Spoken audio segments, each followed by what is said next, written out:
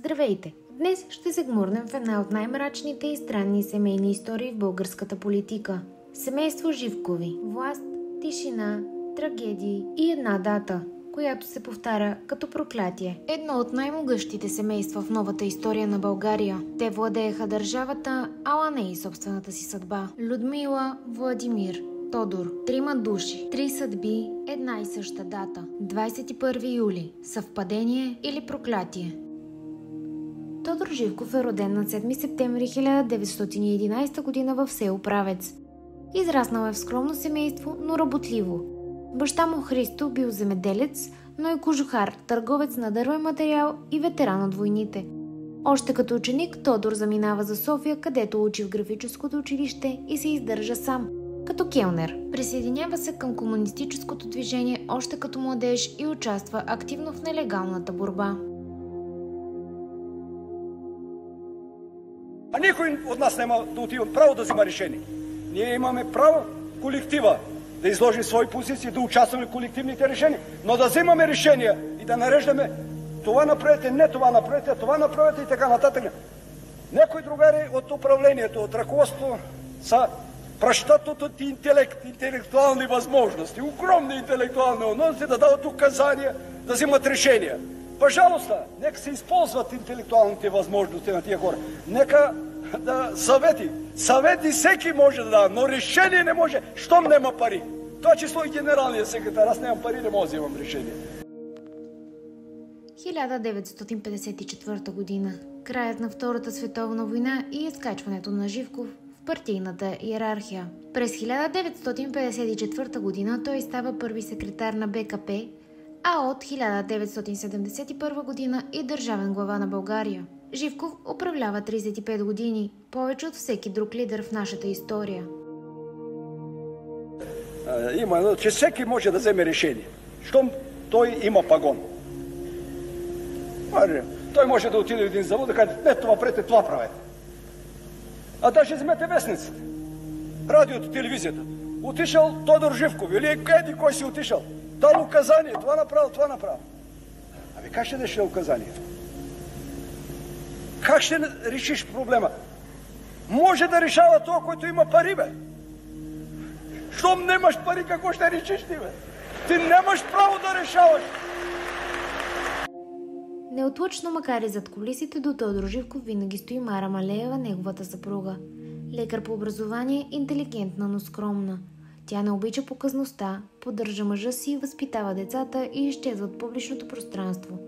Умира през 1971 година, далеч от медиен шум. Людмила Живкова. Дъщеря на Тодор Живков, родена през 1942 година.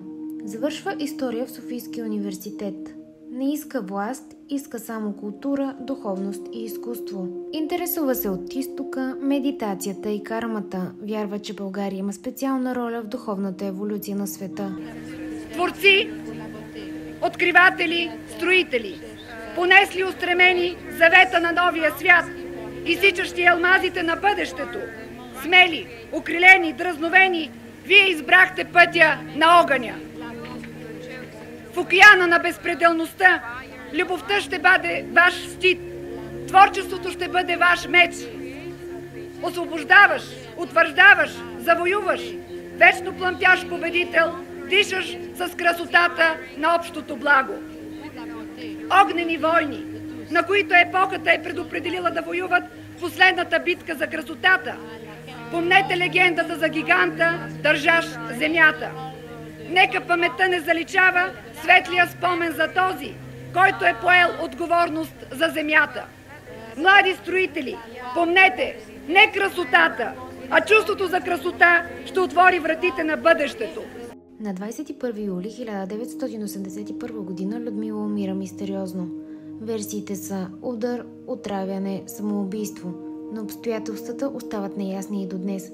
Тя си отива млада, само на 38 години. След смъртта на Людмила Живкова започва тайна операция край село Царичина. Военните копаят дълбока шахта, търсейки нещо необяснимо. Легендите казват, че Людмила оставила послания за друг свят и може би именно те са отключили тази мистерия. Каква е истината обаче, остава загадка. Малцина знаят, че Тодор Живков има син, Владимир, тих, затворен, далеч от сцената, но близък до структурите на държавна сигурност. Считан от мнозина за човека в сянка, има влияние, но се крие извън прожекторите. Много от източниците и хората, близки до семейството, твърдят, че Владимир страдал от алкохолна зависимост. Държавата се опитала да запази имиджа на фамилията, така че тези проблеми никога не били официално признати.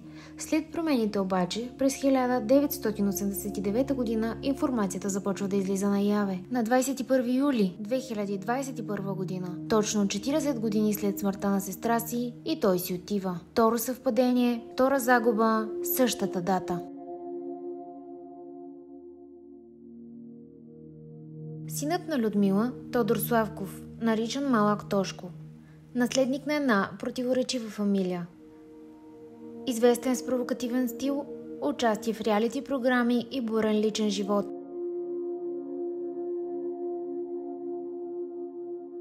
На 21 юли 2025 година той е открит мъртъв във вилата на свой приятел. Официалната теория е, че се е самопрострелял. Третата смърт на същата дата. Наследникът на Людмила си отива също на 21 юли. Съдбовно съвпадение или нещо много по-дълбоко? Людмила, Владимир, Тодор. 3 поколения, 3 живота и една дата.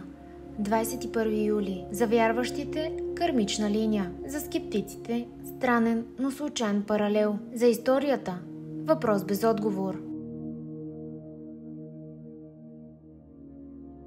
Тодор Живков владееше страната, но не и съдбата на близките си. Едно могъщо семейство, провалено не от преврат, а от време, съдба и може би нещо повече. 21 юли остава белег, който няма да се заличи.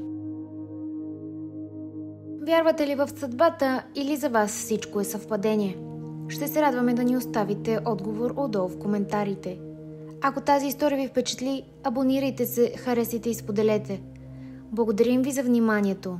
И знайте, истината често се крие в датите.